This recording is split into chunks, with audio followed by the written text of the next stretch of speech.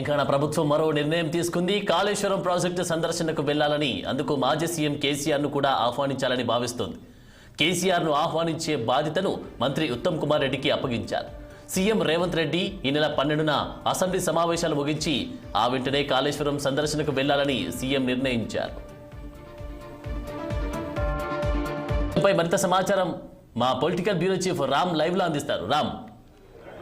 ఆనంద్, ఏదైతే ఈరోజు ఉదయం 9:30 గంటలకి అసెంబ్లీ కమిటీ హాల్లో ముఖ్యమంత్రి రేవంత్ రెడ్డి అధ్యక్షతన రాష్ట్ర కేబినెట్ సమావేశం జరిగింది. ఈ సమావేశంలో మంత్రులు, ఇతర ముఖ్య శాఖల అధికారులు కూడా పాల్గొన్నారు. ముఖ్యంగా ఈరోజు మరికాసేపట్లో అసెంబ్లీలో అటు మండలిలో బట్టి విక్రమార్క, శ్రీధర్ బాబులు ప్రవేశపెట్టబోయే ఓటాన్ అకౌంట్ బడ్జెట్కు ఆమోదం వేసింది మంత్రివర్గం.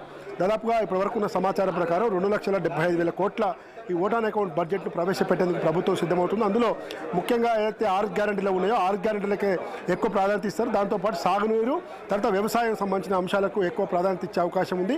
ఎందుకంటే వచ్చే లోక్సభ ఎన్నికల షెడ్యూల్ వస్తున్న నేపథ్యంలో లోక్సభ ఎన్నికల కోసమే ప్రిపేర్ అయ్యేటట్టు ఈ బడ్జెట్ ఉంటుందని చెప్పి కూడా చర్చ జరుగుతూ ఉంది. ఎందుకంటే వచ్చే ఈ 6 గ్యారెంటీల అమలు కనుక ఏదో ఒక స్థాయిలో పెద్ద ఎత్తున అమలు చేయకపోతే వచ్చే లోక్సభ ఎన్నికల్లో కాంగ్రెస్ పార్టీకి నష్టమని భావించిన ముఖ్యమంత్రి రేవంత్ రెడ్డి ఇలాంటి చర్యలకు సిద్ధమవుతున్నట్టు తెలుస్తూ ఉంది. మరోవైపు ఈ నెల 13వ తేదీ వరకు అసెంబ్లీ సమావేశాలు నడపాలని చెప్పి ముందే భావించినప్పటికీ కూడా 12వ తేదీ అంటే సోమవారం సాయంత్రం లోపే అసెంబ్లీ సమావేశాలను ముగించాలని చెప్పి ప్రభుత్వం ఓవైపు భావిస్తున్నట్టు తెలుస్తూ ఉంది. ముఖ్యంగా నిన్న సీఎం రేవంత్ రెడ్డి సభలో మాట్లాడుతూ గవర్నర్ ప్రసంగానికి ధన్యవాదాలు చెప్పే ప్రసంగిస్తున్న సమయంలో 13న కాళేశ్వరం ప్రాజెక్టు సందర్శనకి అన్ని పార్టీల ఎమ్మెల్యేలను పిలుస్తున్నాను, ఆహ్వానిస్తున్నాను.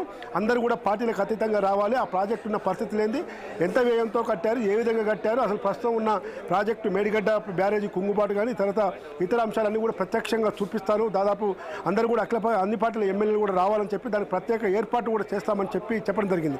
అయితే ఈ నేపథ్యంలో 12వ తేదీ సాయంత్రంలోపే ఈ అప్రాప్రియేషన్ బిల్లు ఆమోదం చేసుకొని 13వ తేదీని వెళ్తారా, లేదు 12వ తేదీ బడ్జెట్ సమావేశాలు కొనసాగించి 13వ తేదీ గ్యాప్ ఇచ్చి మళ్ళీ తర్వాత 2-3 రోజుల పాటు నిర్వహిస్తారా అనేది మాత్రం ఇంకా క్లారిటీ లేదు. 13వ తేదీన ఇప్పటికే కృష్ణానది బోర్డు యాజమాన్యానికి ప్రాజెక్టుల అప్పగింతను ప్రభుత్వ వైఖరి నిరసిస్తూ టీఆర్ఎస్ పార్టీ ఆధ్వర్యంలో నల్గొండలో ప్రాజెక్టు పరిరక్షణ సభను పెద్ద ఎత్తున నిర్వహిస్తున్నారు. దానికి లక్షలాది మంది వచ్చేందుకు కూడా తరలిస్తున్నారు. ఇప్పటికే మాజీ మంత్రి సూర్యాపేట ఎమ్మెల్యే జగదీష్ రెడ్డితో పాటు నల్గొండ జిల్లాకు చెందిన మాజీ ప్రజాప్రతినిధులు, ప్రస్తుత ఎమ్మెల్యేలు, ఎమ్మెల్సీలు అందరూ కూడా ఇప్పటికే సభ ఏర్పాట్లలో నిమగ్నమయ్యారు. 13వ తేదీన సభ ఉంటుందని చెప్పి 10 రోజుల క్రితమే బీఆర్ఎస్ పార్టీ ప్రకటించింది. కాబట్టి నిన్న సభలో ముఖ్యమంత్రి రేవంత్ రెడ్డి 13వ తేదీన కాళేశ్వరం ప్రాజెక్టు సందర్శనకు మేము తీసుకెళ్తాము, అందరూ కూడా రావాలని చెప్పి ఆహ్వానించడం ఇది అటు పోటీ సభగానే రాష్ట్ర బీఆర్ఎస్ పార్టీ చూస్తున్నట్టు తెలుస్తూ ఉంది. ఏదేమైనా వచ్చే లోక్సభ ఎన్నికలే లక్ష్యంగా ఇటు కాంగ్రెస్ బీఆర్ఎస్లు రెండు కూడా లోక్సభ ఎన్నికల్లో ఎలా లబ్ధి పొందాలన్న అంశంపైనే ఆలోచన చేస్తున్నట్టు తెలుస్తూ ఉంది. ఓవైపు నీటి కృష్ణానది యాజమాన్య బోర్డు ప్రాజెక్టు అప్పగింతపై ఈరోజు బీఆర్ఎస్ పార్టీ ఇప్పటికే భారీ సభతో లోక్సభ ఎన్నికల ప్రచారానికి శ్రీకారం చుడుతుంటే మేడిగడ్డ సందర్శన కాళేశ్వరం ప్రాజెక్టు సందర్శనకు ప్రభుత్వం అయితే అందరినీ ఆహ్వానిస్తున్నట్లుగా మనకు తెలుస్తా ఉంది. మరి దీంతో స్పెషల్గా మాజీ సీఎం కేసీఆర్ ను కూడా ఆహ్వానిస్తున్నట్టుగా కూడా తెలుస్తా ఉంది. మరి దీనికి ప్రధాన కారణం ఏమై ఉండొచ్చు అంటారు? అంటే ఇప్పటికే గతంలో రాష్ట్ర మంత్రివర్గం ప్రమాణ స్వీకారం తర్వాత ఇరిగేషన్ శాఖ మంత్రి ఉత్తమ్ కుమార్ రెడ్డి ఆధ్వర్యంలో మంత్రులు పొన్నం ప్రభాకర్, శ్రీధర్ బాబు, పొంగులేటి శ్రీనివాసరెడ్డి, కోమటిరెడ్డి వెంకటరెడ్డి, తర్వాత ఇరిగేషన్ అధికారులు, ఇతర అధికారులు అందరూ కూడా మేడిగడ్డ బ్యారేజ్ కుంగుపాటుతో పాటు కాళేశ్వరం ప్రాజెక్టు సందర్శనకి వెళ్ళి అక్కడనే వీడియో కాన్ఫరెన్స్ ద్వారా మొత్తం కూడా ఎల్సీడీ ప్రొజెక్ట్ చేశారు, మీడియాకు వివరించారు, మొత్తం కూడా మీడియాలో ప్రసారం చేశారు.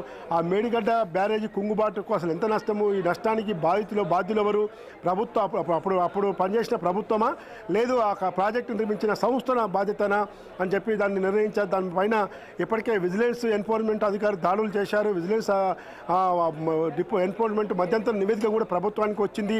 దానికి సంబంధించిన విషయంలో ఇరిగేషన్ మంత్రి చాలా కీలక నిర్ణయం తీసుకున్నారు. ఉత్తమ్ కుమార్ రెడ్డి ఈఎన్సీ జనరల్ మురళీధర్ రావును వెంటనే రాజీనామా చేయాలని ఆదేశించారు.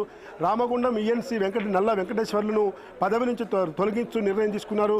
ఇవన్నీ పరిణామాలు వైపు జరుగుతూనే అసెంబ్లీలో ప్రత్యేకంగా దాదాపు 2-3 రోజుల పాటు కేవలం ఇరిగేషన్ పైనే ప్రత్యేక చర్చ పెడదామని చెప్పి ముఖ్యమంత్రి రేవంత్ రెడ్డి మొన్న జరిగిన కేబినెట్ సమావేశం రోజు మీడియా సమావేశం ఏర్పాటు చేసి బీఆర్ఎస్ అధినేత మాజీ ముఖ్యమంత్రి కేసీఆర్కు సవాల్ కూడా చేశారు.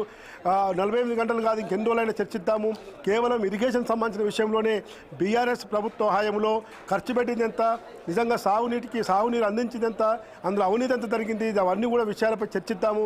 కృష్ణానది బోర్డు యాజమాన్యానికి కాంగ్రెస్ ప్రభుత్వం కొత్తగా వచ్చి అప్పగించే పని ఎక్కడ కూడా చేయలేదని చెప్పి స్పష్టం చేసింది. కానీ బీఆర్ఎస్ పార్టీ మాత్రం కాంగ్రెస్ ప్రభుత్వమే కేంద్ర ప్రభుత్వ పరిధిలో జరిగిన మినిట్స్లో సంతకం పెట్టిందని చెప్పి బీఆర్ఎస్ పార్టీ ఆరోపిస్తూ ఉంది. ఈ రెండింటి మధ్య కృష్ణానది గోదావరి నజరాల బోర్డు యాజమాన్యాలకు ప్రాజెక్టులు అప్పగింత విషయం ప్రస్తుతం బీఆర్ఎస్ కాంగ్రెస్ల మధ్య మాటల యుద్ధం, ప్రత్యక్షంగా వైపు వ్యక్తిగత దూషణలకు కూడా దారితీస్తున్న పరిస్థితి. ఈ నేపథ్యంలోనే ఇప్పటికే టీఆర్ఎస్ పార్టీ మొన్న ఫిబ్రవరి ఈ నెల 2వ తేదీన ఎమ్మెల్యేగా ప్రమాణం స్వీకారం చేసిన మరుసటి 2 రోజుల తర్వాత తెలంగాణ భవన్లో కృష్ణానది పరివాహక ప్రాంత జిల్లాల ఎమ్మెల్యేల ఎమ్మెల్సీల మీటింగు, ముఖ్య నేతల మీటింగ్ పెట్టాడు కేసీఆర్. అందులోనే 13వ తేదీన సభ పెట్టాలని చెప్పి నల్గొండలో భారీ బహిరంగ సభ పెట్టాలి, ప్రభుత్వ వైఖరిని ఎండగట్టాలి, కేంద్ర రాష్ట్ర ప్రభుత్వాలు ఈ ప్రాజెక్టుల విషయంలో జోక్యం చేసుకోవద్దు, ప్రాజెక్టు కనుక కృష్ణానది బోర్డు యాజమాన్యానికి అప్పచెప్తే తీవ్ర నష్టం వాటిల్తుంది, ఖమ్మం, వరంగల్, నల్గొండ, హైదరాబాద్, మహబూబ్నగర్, రంగారెడ్డి ఈ ప్రాంత జిల్లాలకు భారీ నష్టం జరుగుతుందని చెప్పి భావించే ఆ రోజు సభను 10 రోజుల క్రితమే బీఆర్ఎస్ పార్టీ డిసైడ్ చేసింది. కానీ నిన్న సభలో మాత్రం ముఖ్యమంత్రి రేవంత్ రెడ్డి నల్గొండ సభకు పోటీగా ఈరోజు రేపు మేడిగడ్డ 13వ తేదీన కాళేశ్వరం ప్రాజెక్టు సందర్శనకు పిలుపునివ్వడం అనేది అది రాజకీయంగా కూడా మరింత దుమారాన్ని దారితీసే అవకాశం కనబడుతుంది. Thank you Ram.